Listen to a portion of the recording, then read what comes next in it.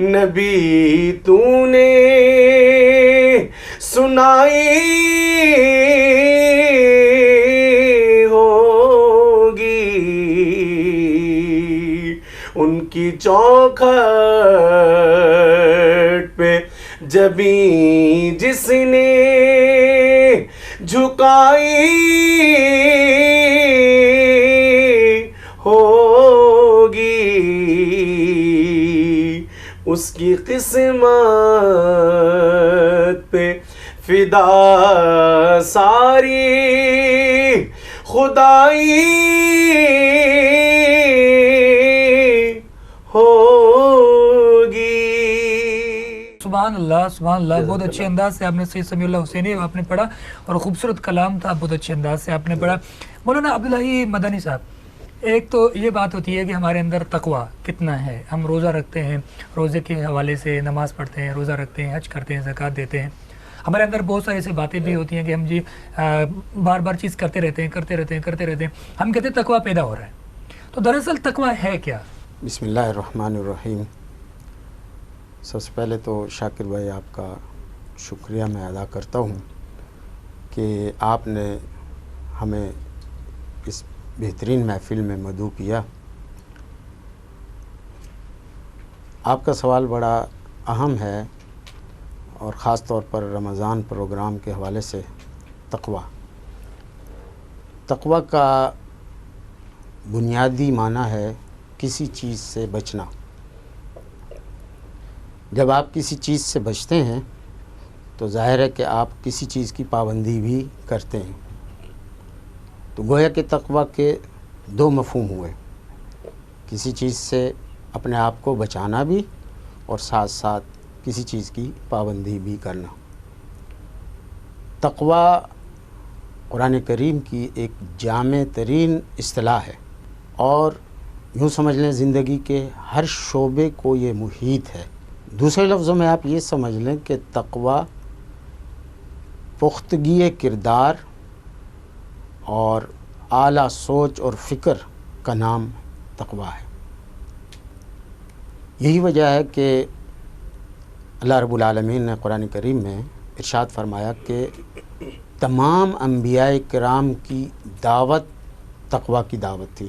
مختلف انبیاء کرام کا اللہ تعالیٰ نے ذکر فرمایا، اور فرمایا کہ انہوں نے اپنی قوم کو یہی حکم دیا کہ تقویٰ اختیار کرو۔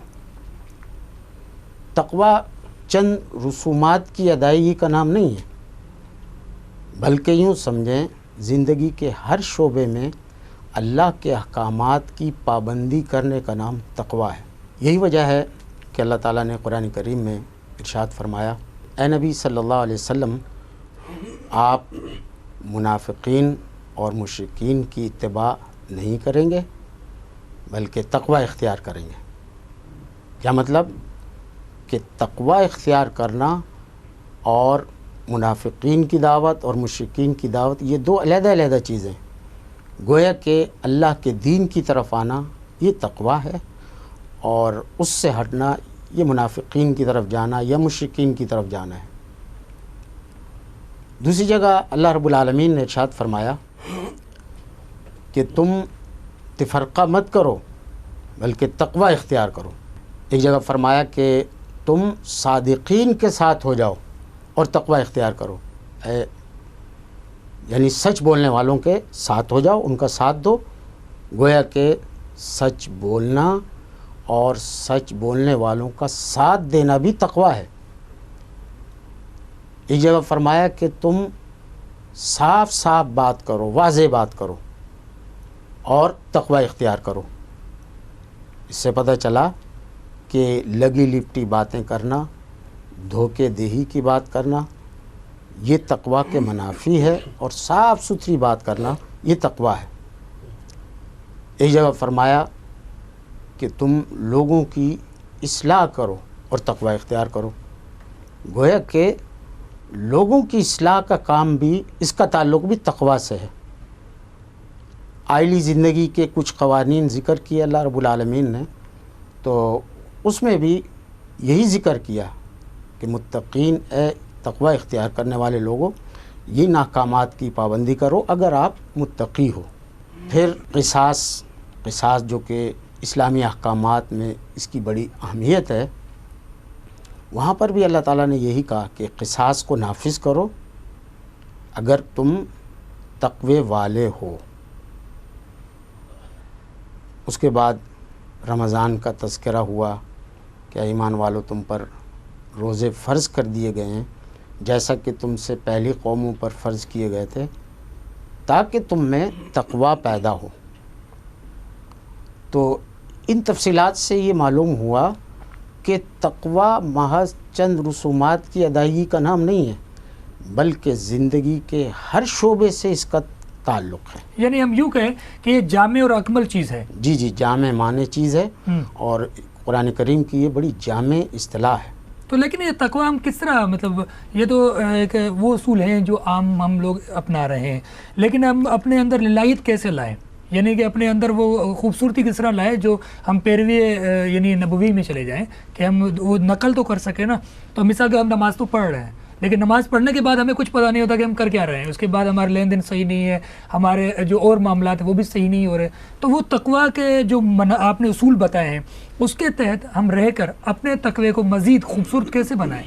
قرآن کریم میں اللہ رب العالمین نے رسول کریم صلی اللہ علیہ وسلم کی بعثت کا مقصد عظیم بیان فرمایا، اور فرمایا کہ ہم نے اپنا رسول بھیجا، ان کی ذمہ داری یہ ہے کہ لوگوں کو وہ کتاب اور حکمت کی تعلیم دیں اور ان کا تزکیہ کریں۔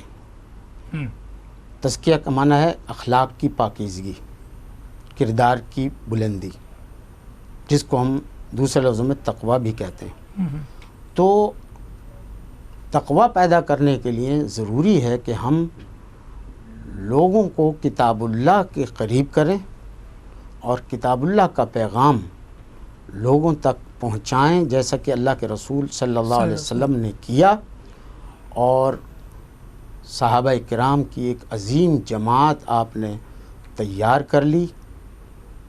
قرآن مجید میں اللہ تعالیٰ ارشاد فرماتے ہیں سورۃ الفتح میں کہ اس وقت کو یاد کرو جب ہم نے کفار کے دلوں میں جاہلیت کی آگ بھڑکا دی، ان کے دلوں میں جاہلیت کی آگ بھڑک اٹھی، اور ایمان والوں کے دلوں میں ہم نے سکون نازل کر دیا اور ان پر تقوی کا کلمہ لازم کر دیا، اور وہ اس کے سب سے زیادہ اہل بھی تھے۔ یہ واقعہ صلح حدیبیہ کا ہے، جب رسول اللہ صلی اللہ علیہ وسلم صحابہ کرام کی جماعت کے ساتھ عمرے کی ادائیگی کے ارادے سے مکے کی طرف عازم سفر ہوئے، حدیبیہ مقام پر پہنچے ہیں تو کفار نے صحابہ کرام کو اور آپ صلی اللہ علیہ وسلم کو روک دیا کہ ہم آپ کو آگے نہیں جانے دیتے۔ ان کے دلوں میں صرف اور صرف جاہلیت کی آگ بھڑکی ہوئی تھی، اور دوسری طرف جو صحابہ کرام تھے ان میں اکثریت مکے والوں کی تھی جو ہجرت کر کے مدینہ گئے، اور کچھ مدینے والے انصار صحابہ کی بھی تھی، لیکن ان کے دلوں میں تقوی یعنی اللہ کے احکامات اور رسول اللہ صلی اللہ علیہ وسلم کی تعلیمات کی پابندی کس قدر معزن تھی کہ اس کو اللہ نے قرآن کریم میں ذکر کیا۔ جب صلح حدیبیہ کی شرائط لکھی جانے لگیں تو انہوں نے انتہائی اشتعال انگیز شرائط اس میں رکھیں، حتیٰ کہ جب لکھا گیا کہ محمد الرسول اللہ تو انہوں نے کہا کہ ہم نعوذ باللہ آپ کو رسول مانتے نہیں، لہٰذا یہ لفظ کاٹ دیا جائے۔ اللہ کے رسول صلی اللہ علیہ وسلم دیکھیں کس قدر پابندی، جذبات کی رو میں بہنے والے لوگ نہیں تھے یہ، انہوں نے اس کو قبول کر لیا کہ کوئی بات نہیں، لکھ دو محمد بن عبداللہ صلی اللہ علیہ وسلم۔ پھر جو شرائط طے ہوئیں وہ آپ کو معلوم ہے، تفصیل میں نہیں جانا چاہتا، تو وہ کافی قابل اعتراض شرائط تھیں، لیکن صحابہ کرام اتنے نظم و ضبط کے پابند کہ انہوں نے کسی نے ایک لفظ نہیں بولا، یعنی تقوی اتنا عروج پہ تھا. اور اللہ تعالیٰ نے وہاں یہ لفظ کہا، ان کے دلوں میں جاہلیت کی آگ بھڑک اٹھی، اور دوسری طرف ایمان والے اور خود رسول اللہ صلی اللہ علیہ وسلم کے دلوں میں سکون پیدا ہو گیا. یعنی تقوی آ گیا. اور آگے لفظ ہے وَأَلْزَمَهُمْ كَلِمَةَ التَّقْوَى، سبحان اللہ سبحان ان اللہ. کے دل ان پر لازم کر دیا اللہ نے کہ آپ نے تقوی اختیار کرنا. تقوی کا معنی جو کچھ اللہ اور اس کے رسول کہیں اس کی پابندی کریں گے آپ. اچھا اسی بات کو مزید کنٹینیو بھی کریں گے. ہمارے ساتھ سید سمیع اللہ حسینی بھی موجود ہیں اور وہ بھی اچھے شناخواں ہیں، کیونکہ یہ تقوی کا ایک خوبصورت موضوع ہے. ہر شخص چاہتا ہے کہ میرے اندر وہ تقوی آ جائے جس طرح صحابہ کرام کے اندر موجود تھا. سید سمیع اللہ حسینی، تھوڑے سے ہم آپ سے بات کرنا چاہیں گے. آپ یہ بتائیے کہ آپ اس شعبے میں کس طرح آئے، کیا طریقہ کار رہا آپ کا؟ یہ بچپن ہی سے الحمدللہ اسکول کے دور سے ہی مقابلہ نعت خوانی میں حصہ لینا، اور علاقے کی جو قریب مسجد تھی وہاں پر بھی محفل نعت کا انعقاد ہوا کرتا تھا. تو بس وہاں سے شوق ہوا، اور گھر میں میری سسٹر بھی نعت پڑھا کرتی تھی، تو بس وہ شوق بڑھتا کہ گھریلو ماحول ایسا تھا یعنی. جی ہاں الحمدللہ. صحیح. اور پھر وہ جب نعت پڑھنا شروع کی سلسلہ بڑھتا گیا اور آج آپ کے سامنے موجود ہوں. نعت ہی کی بدولت حضور کی بارگاہ میں بھی کئی مرتبہ سرکار نے طلب فرمایا، حاضری ہوئی. اس کے ساتھ ساتھ پاکستان سے باہر بھی نعت پڑھنے کے لیے جانا پڑا مجھے، اور یہ مطلب اللہ رب العزت کا فضل ہے کہ اس نے ہمیں چن لیا ہے اور حضور کے ذکر کے لیے، تو اس کی مہربانی. اسپیشل رائے رمضان میں بھی ہمیں کون سی آپ نعت سنا رہے ہیں؟ میں الحاج قمر الدین انجم صاحب کی ایک نعت سے چند اشعار بسم اللہ سماعت کروں. بسم اللہ بسم اللہ. یہی سے لے لو. سیدی یا حبیبی مولائی، سیدی یا حبیبی مولائی، کیجئے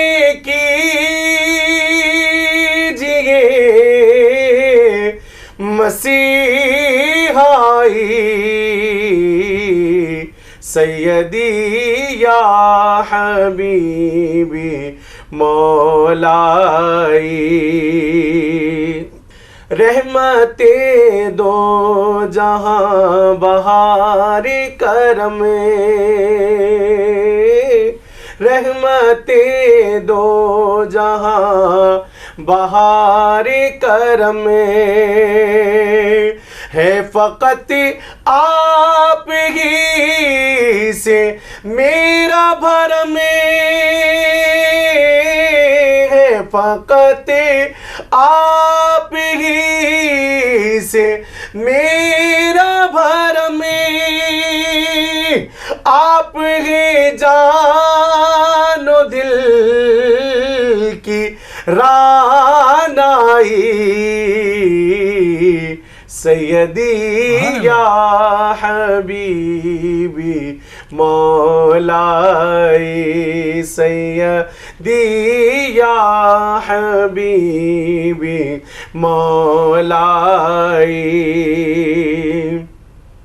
آپ کو یاد کر لیا ہم نے، آپ کو یاد کر لیا ہم نے، قلب کو شاد کر لیا ہم نے،